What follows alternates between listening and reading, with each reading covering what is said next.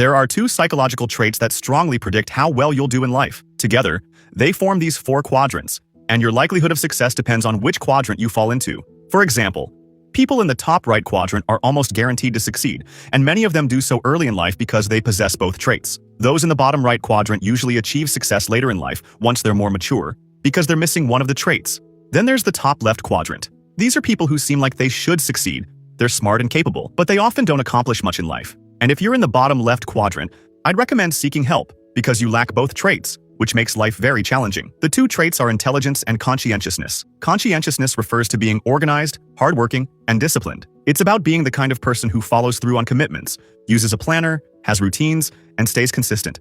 Intelligence, on the other hand, is a trait that few people truly understand. Intelligence is essentially the ability to predict the future. For instance, in chess, an intelligent player can mentally see several moves ahead, 4, 5, or 6 moves. A genius might see 7 or 8. In contrast, someone less intelligent can only see 1 or 2 moves ahead. Intelligent people can imagine outcomes. If I do this, then that will happen. If that happens, then I'll do this. They can make brilliant plans. And if you're disciplined and organized, you can execute those brilliant plans.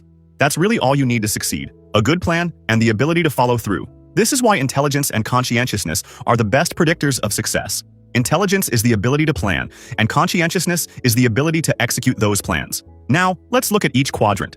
People in the top left quadrant are highly intelligent but lack organization and discipline. These people frustrate me.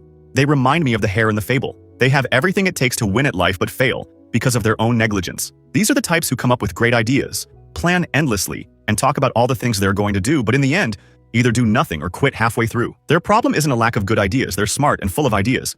The issue is that they don't know how to commit. If you're in this quadrant, I'd recommend learning to use a planner and focusing on building habits.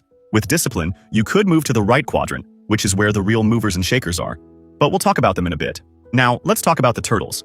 If you're in the bottom right quadrant, you're disciplined and consistent, but not particularly intelligent. I like turtles.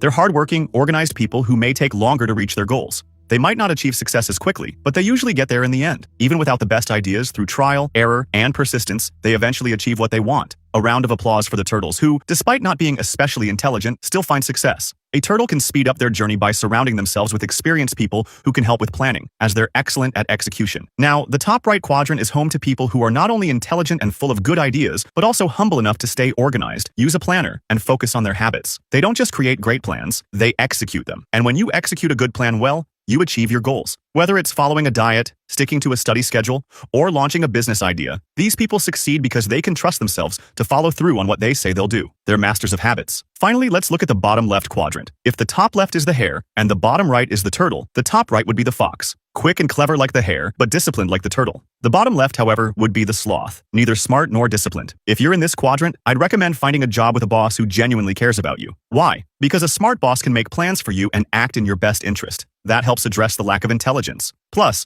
a job provides structure. Working Monday to Friday at set hours forces you to sleep at a decent time, wake up on schedule, and gives your day some order. That can help mitigate the lack of discipline. The hare can become a fox, and the sloth can become a turtle, eventually finding success if they focus on building habits and developing discipline.